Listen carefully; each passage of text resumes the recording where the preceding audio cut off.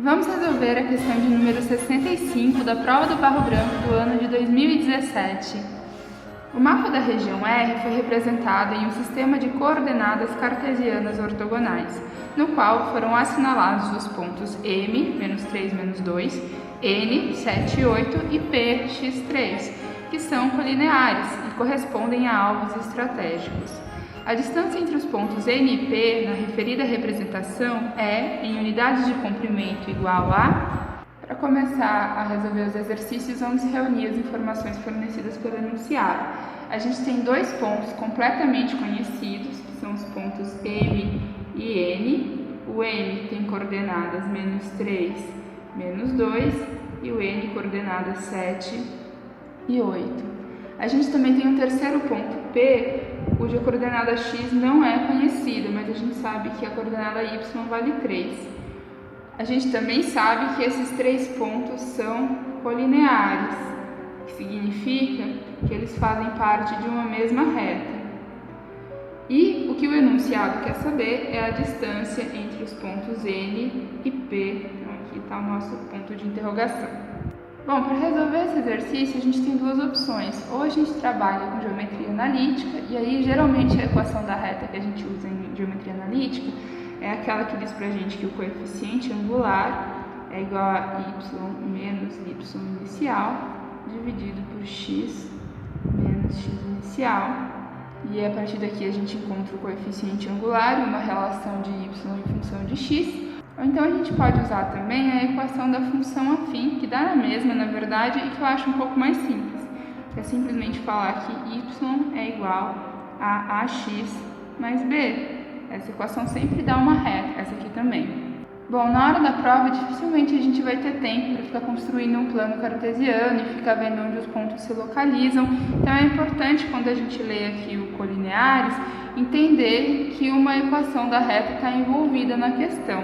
Bom, mas aqui na resolução a gente pode entender geometricamente do que a gente está falando, então eu preparei aqui um plano cartesiano para mostrar exatamente o que a questão está querendo dizer. Bom, então a gente tem aí o ponto M, o ponto N e um terceiro ponto P, e esses três pontos são colineares, mas com dois pontos a gente já consegue determinar essa reta que abrange esses pontos. Então aqui a gente tem a reta que atravessa os três pontos. Bom, o ponto P, o exercício fala pra gente que tem coordenadas x e 3, ou seja, a gente não conhece a coordenada x, mas a gente sabe que em y ele vale 3. Como ele é colinear aos outros dois pontos, então eu posso falar que ele está nesse ponto aqui da reta, que corresponde ao -3y. Aliás, esqueci de colocar aqui x e y. Bom, olhando aqui no gráfico, fica meio fácil determinar que o ponto x aqui desconhecido, na verdade, vale 2, né? Mas a gente não vai resolver dessa forma, porque os números podiam ser muito maiores e poderia ser totalmente inviável trabalhar com um gráfico desses numa prova. Então, agora que a gente entendeu do que se trata a questão, vamos voltar para a equação da reta. Bom, como eu disse antes, eu acho que vai ser mais fácil resolver a questão usando a fórmula da função afim, mas eu já resolvi essa questão usando também a fórmula da geometria analítica na apostila, em que eu resolvo as questões dos últimos anos da prova do Barro Branco. Bom, o que a gente precisa ter em mente, então? Que a partir do momento que a gente determinar A e B, essa equação vai determinar uma reta.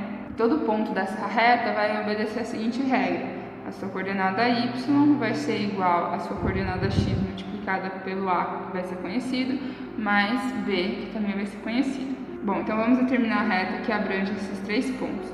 A gente tem como incógnitas, então, A e B, duas incógnitas. Significa que com duas equações a gente consegue, então, encontrar A e B. Vamos pegar, então, os pontos M e N para formar essas duas equações. Em M, a gente tem o seguinte: y, que é -2, é igual a, que a gente não conhece, vezes x, que vale -3, mais b, que a gente também não conhece. E no ponto N, a gente tem 8 é igual a, né, que a gente não conhece, vezes 7, mais B, que a gente também não conhece. Bom, e a partir daqui a gente determina A e B. Eu vou reescrever as equações aqui na frente de uma forma mais familiar. Então, a gente tem menos 3A mais B igual a menos 2, 7A mais B igual a 8. Tá fácil sumir com o B aqui, porque se a gente subtrair uma equação da outra, o B desaparece. Então, eu vou fazer a equação 1 menos a equação 2. Então, a gente tem menos 3A menos 7A menos 10A. B menos B, 0. Então, eu vou colocar aqui mais 0. Igual a menos 2 menos 8 menos 10. Então, eu tenho menos 10A igual a menos 10. Portanto, A igual a menos 10 sobre menos 10, e assim A igual a 1. Substituindo A em qualquer uma das duas equações, a gente encontra o valor do B. Eu vou substituir aqui na segunda. Eu tenho, então, 7 vezes 1 mais B igual a 8. Então, B é igual a 8 menos 7, B igual a 1. Isso significa, então, que a equação da reta que abrange esses 3 pontos aqui é y igual a 1 vezes x mais 1. Assim, se y vale 3 aqui no ponto P, a gente consegue encontrar x. X é, então, 3 menos 1, x é igual a 2.